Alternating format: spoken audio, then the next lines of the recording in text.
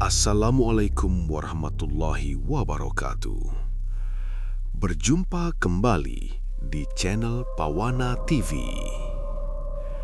Kita akan menceritakan tentang kisah horor yang berjudul Jalan Sunyi Menuju Garut. Malam itu, aku tidak pernah berniat pulang larut. Perjalanan menuju Garut seharusnya biasa saja. Jalan yang sudah sering kulewati sejak kecil.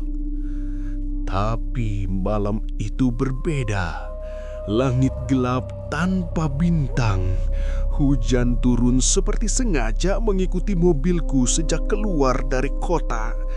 Dan tanpa kusadari, aku tidak sedang menuju Garut. Aku sedang mendekati sesuatu yang sejak lama menunggu di jalan itu. Aku berangkat sekitar pukul 10 malam. Mobil tua milik ayah kupacu perlahan melewati jalanan sepi. Lampu-lampu toko sudah tutup. Hanya aspal basah dan suara mesin yang menemani. Radio mobil menyala sendiri, padahal aku yakin aku tidak menyalakannya. Suara penyiar terdengar tidak jelas, seperti tertahan air. Hati-hati di jalur menuju Garut malam ini. Aku merinding. Ku pencet tombol radio. Mati. Namun beberapa detik kemudian, radio itu menyala lagi dengan suara tawa pelan. Memasuki jalur pegunungan, kabut mulai turun. Awalnya tipis, lalu semakin tebal. Lampu mobil hanya menyorot 2 meter ke depan. Selebihnya putih. Sunyi. Terlalu sunyi. Tidak ada suara motor. Tidak ada mobil lain.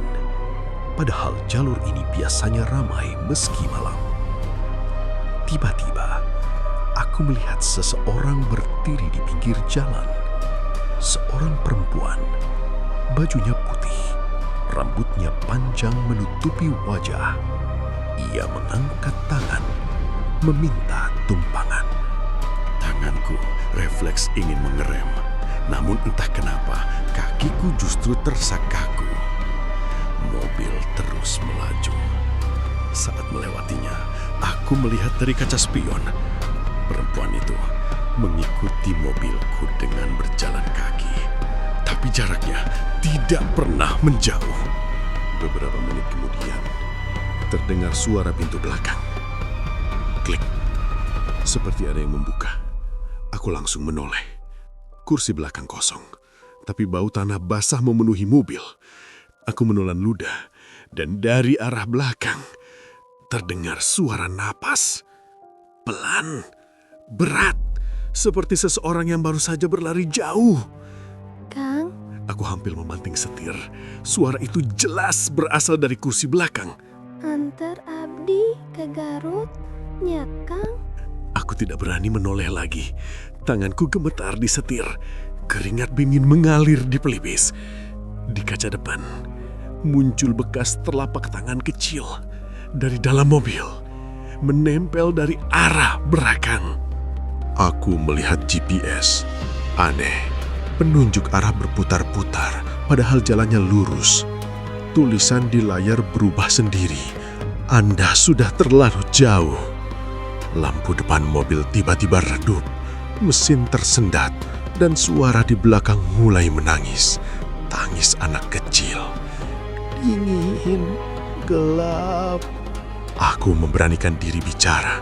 Maaf, saya nggak bisa berhenti. Tangisan itu langsung berhenti, digantikan suara tertawa. Pelan, serak, tawa yang terlalu dekat dengan telingaku. Karena naon, orang geus bareng ayeuna. Kabut perlahan terbuka. Aku melihat persimpangan jalan. 3 arah.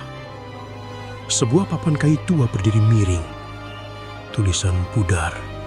Garut 12 km, Garut 12 km, Garut 12 km.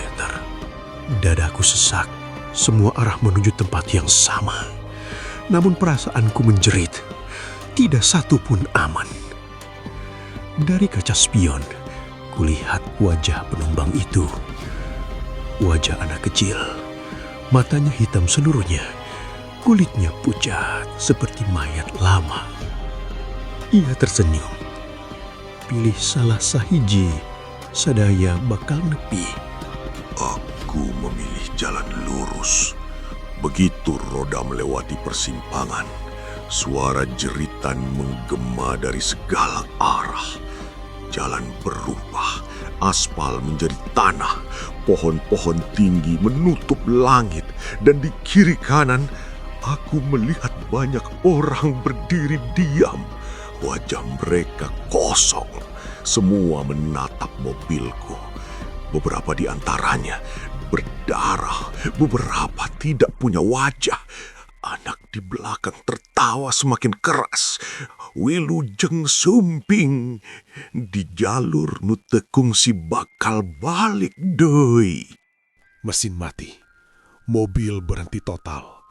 Udara dingin menusuk tulang. Lampu padam. Dalam gelap, aku merasakan sesuatu menyentuh pundakku. Dingin, basah. Suara itu berbisik tepat di telingaku. Kang, anjen tiasa ngagantikeun abdi. Aku menoleh. Wajah anak itu tepat di depan wajahku. Matanya mengalirkan air hitam. Mulutnya terbuka terlalu lebar. Aku menjerit sekuat tenaga. Dan tiba-tiba, suara klakson keras membangunkanku. Aku terbangun di dalam mobil. Pagi hari. Mobil terparkir di pinggir jalan menuju Garut. Mesin mati. Tanganku masih menggenggam setir. Di kursi belakang terdapat boneka kecil kotor tanah. Tanpa mata. Dan sampai sekarang, setiap kali aku melewati jalur itu malam hari, aku selalu mendengar suara pelan dari belakang. Kang, urang geus nepinya. Akhir kata, marilah kita tutup cerita ini dengan doa. Semoga Allah Subhanahu wa Ta'ala senantiasa melimpahkan rahmat, keberkahan, serta perlindungannya kepada kita semua yang mendengarkan cerita ini. Jangan lupa bantu like, subscribe, dan share biar channel Pawana TV semakin berkembang. Terima kasih. Wassalamualaikum warahmatullahi wabarakatuh.